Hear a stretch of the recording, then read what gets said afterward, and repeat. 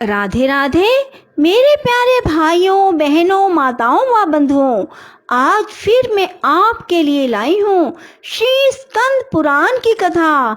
बंधुओं, जिसे सुनने मात्र से आप पर श्री हरि प्रसन्न होंगे और आपकी हर इच्छा पूरी करेंगे। बंधुओं, आपके जीवन में किसी प्रकार की कोई कमी नहीं रहेगी। बंधुओं, यदि आपने हमारे चैनल को अब तक सब्सक्राइब नहीं किया तो जरूर करें और बेल आइकन दबाना ना भूलें, ताकि आपको हमारी आने वाली सभी वीडियोस की जानकारी सबसे पहले हो सके।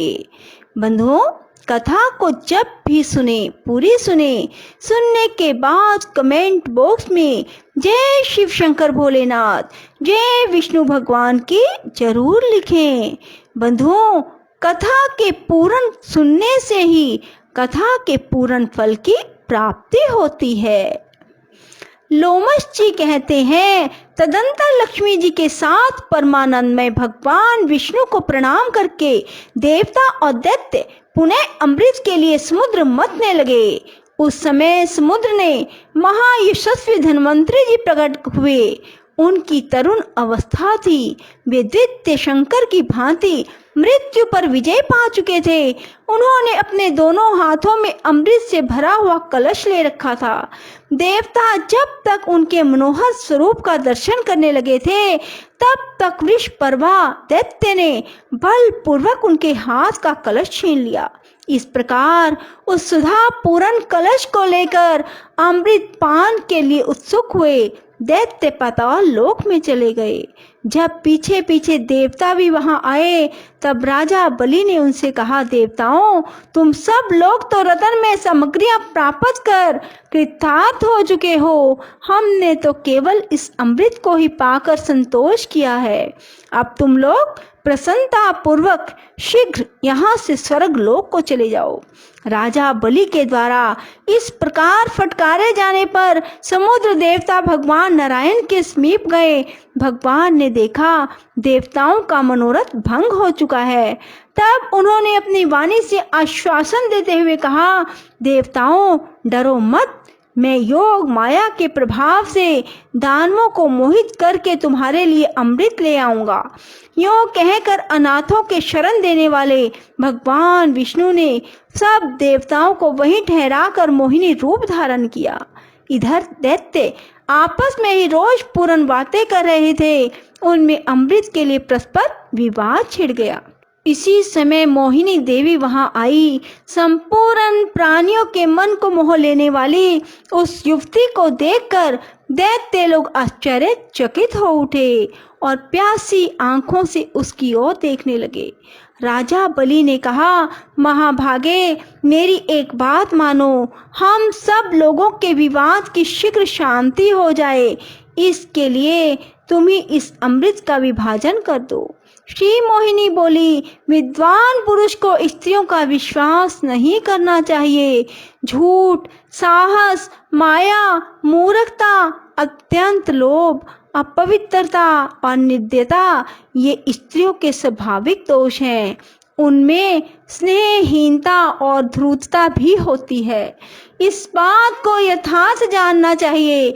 जैसे पक्षियों में कौवा और शिकारी जीवों में सियार धूर्त है, वैसे ही मनुष्यों में स्त्री सदा धूर्त होती है। यह बात बुद्धिमान पुरुषों को भली भांति समझ लेनी चाहिए। मेरे साथ आप लोग मित्र भाव कैसे प्रकट कर रहे हैं? यहाँ यह बात सर्वथा अज्ञात है कि आप कौन हैं और मैं कौन हूँ। आप सब लोग कर्तव्य और अकर्तव्य के ज्ञान में निपुण हैं, अतः आपको भली भांति सोच विचार कर ही प्रायी बुद्धि से अपने हित साधन का प्रयास करना चाहिए। राजा बलि ने कहा, देवी, तुम यथोचित विभाग करके आज हम सबको अमृत बांट दो। तुम जिसे जितना दोगी उतना ही हम ग्रहण कर लेंगे। यह बात तुमसे सत्य सत्य कह रहे हैं। राजा बलि के यूं कहने पर सर्व मंगला महादेवी मोहिनी दैत्यों को लौकिकी गति का दर्शन कराती हुई बोली, श्रेष्ठ असुरगण, आप लोग किसी अनिर्वचनीय देव की सहायता से अपने कार्य में सफल हुए हैं। अतः अमृत का अधिवासन करें, इसे घर के भीतर सुरक्षित रूप से रख दें।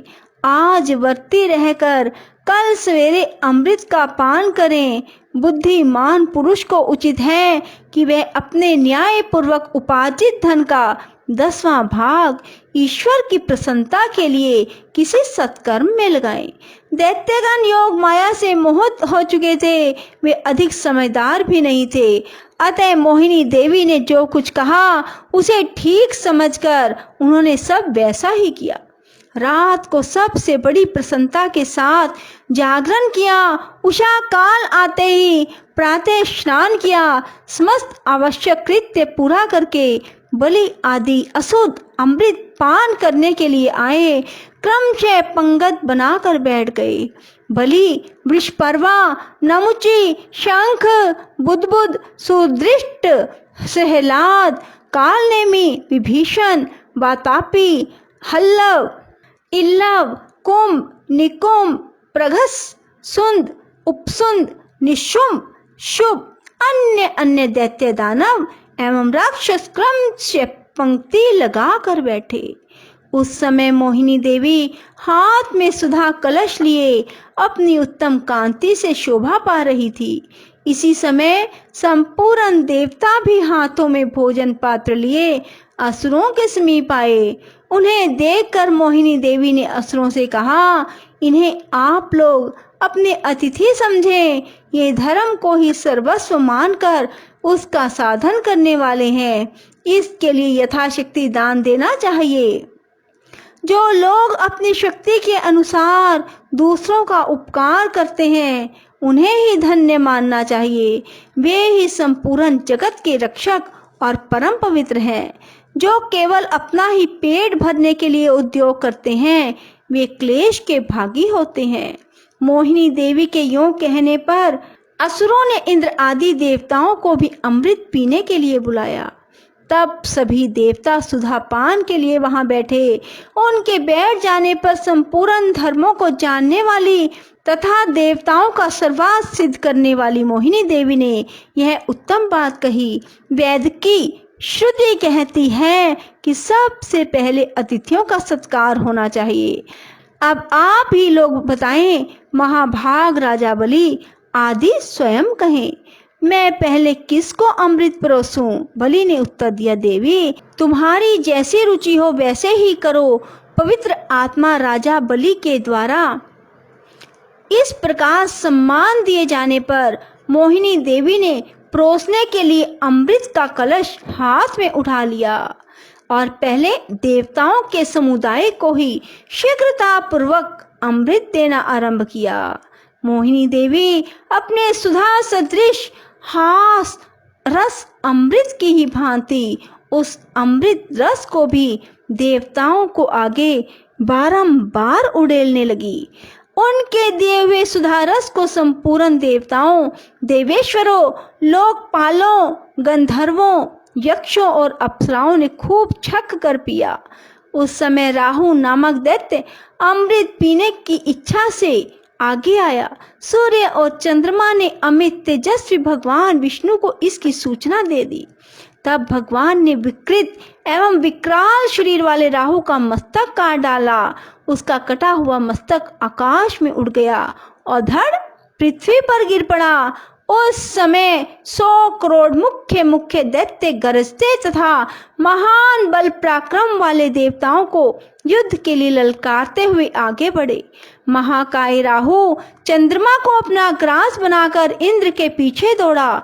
वह संपूर्ण देवताओं पर ग्रास लगाता जा रहा था। राहु यद्यपि एक ही था तथापि वह सर्वत्र पहुंचा हुआ दिखाई देता था।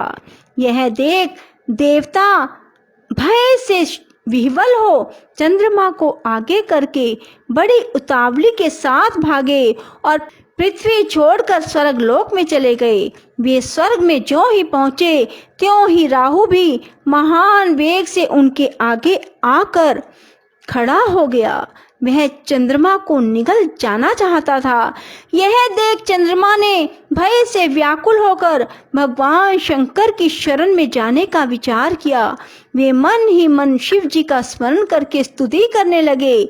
देवेश, आप हमारे रक्षक हो। विश्वध्वज, मुझे संकट से उबारे। शरणागत की रक्षा करने वाले श्री पार्वती पति अपनी शरण में आए हुए मेरी रक्षा करें। राधे राधे, जय श्री कृष्णा। बंधुओं, यदि आपको हमारी वीडियो पसंद आए तो इसे लाइक करें और शेयर भी जरूर करें। धन्यवाद।